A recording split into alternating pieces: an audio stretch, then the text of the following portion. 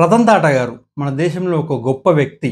Sadly ఒక మంచి మనిషిని మనం కోల్పోయాం. కానీ చాలా మందికి డౌట్ ఉంటుంది, రతన్ టాటా గారి రిలీజియన్ ఏంటని. రిలీజియన్ గురించి మాట్లాడడం కాదు, కానీ వారి రిలీజియన్ లో ఎవరైనా చనిపోతే వాళ్ళని మంటలో కాల్చరు, భూమిలో పూడ్చరు. మరి ఏం చేస్తారు? వారి రిలీజియన్ కి సంబంధించిన వాళ్ళు ఎవరు చనిపోయినా వారిని క్రౌస్ కి, బర్డ్స్ కి దానం చేస్తారు. అసలు ఇలా ఎందుకు చేస్తారు? మరి రిలీజియన్ పేరేంటి? సో ఈ డెత్ మిస్టరీని, ఫనరల్ రిచువల్ ప్రాసెస్ గురించి ఈ వీడియోలో తెలుసుకుందాం. Welcome to Nikit time capsule. Ratan Tata garu ముంబైలో పుట్టారు. Into one of the India's most respected families, the Tata family. ఆయన పర్సీ కమ్యూనిటీకి సంబంధించిన వ్యక్తి. పర్సీ అంటే పర్షియన్ రూట్స్ కి సంబంధించిన ఒక చిన్న కమ్యూనిటీ. వారి రిలీజియన్ పేరు జోరోఅస్ట్రియనిజం. ఇది వరల్డ్ లో one of the oldest religion. 3000 years back start అయింది పర్షియన్ లో. జోరాస్టర్ అనే ప్రాఫిట్ టీచింగ్స్ మీద బేస్ అయ్యి ఒక సింపుల్ ప్రిన్సిపల్ మీద నడుస్తుంది: good thoughts, good words, good deeds పై. రతన్ టాటా గారు 3 words ని నిజ జీవితంలో పాటించారు. బిజినెస్ లో కానీ, ఫిలాంథ్రఫీలో కానీ, ప్రజలకి సహాయం చేయడంలో కానీ మంచి చేశారు, మంచి కోసమే నిలబడ్డారు.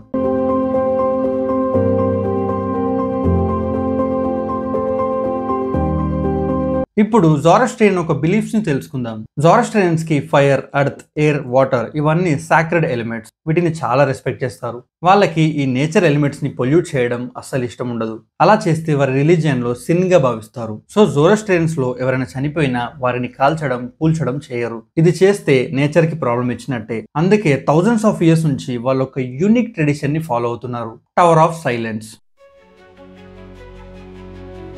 టవర్ ఆఫ్ సైలెన్స్ అంటే ఏంటి? ఒక పెద్ద ఖాళీ ప్లేస్ లో ఒక సర్క్యులర్ స్ట్రక్చర్ ఉంటుంది, ఓపెన్ స్కై ప్లేస్ లో. సో వీళ్ళలో ఎవరైనా చనిపోతే వారి బాడీని ఇక్కడ పెట్టి వల్చర్స్ కి, క్రౌస్ కి, బర్డ్స్ కి దానం చేస్తారు. వాటికి ఇవ్వడానికి బాడీని అరేంజ్ చేసి అక్కడ బాడీ పెట్టి వెళ్తారు, వల్చర్స్, క్రౌస్ వచ్చి తినడానికి. సో ఈ పిక్చర్ లో కనిపిస్తున్నట్టు అక్కడ జరుగుతుంది సిచ్యువేషన్ అంతా.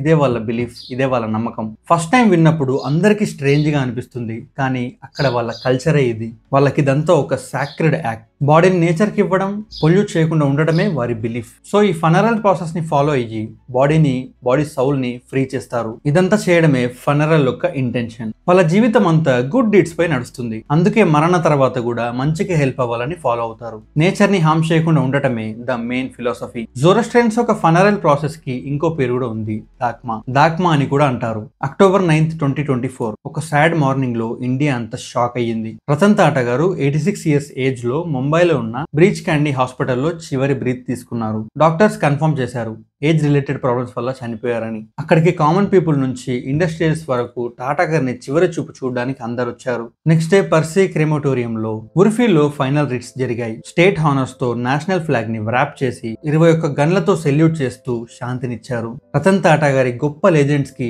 చివరిగా ఇచ్చే రెస్పెక్ట్. రతన్ టాటా గారు పర్సీ రిలీజన్ కి సంబంధించిన వ్యక్తి కాబట్టి ఫైనల్ మూమెంట్స్ లో క్రెమేషన్ చేశారు. బట్స్ కి ఇవ్వకుండా క్రెమేషన్ ప్రాసెస్ లో బర్న్ చేశారు విత్ ఆల్ ద రెస్పెక్ట్. ఒక సైడ్ స్టేట్ ప్రోటోకాల్, ఇంకో సైడ్ పబ్లిక్ ఒక ఎమోషన్స్. ఇలా చివరికి ఓం శాంతినిచ్చారు.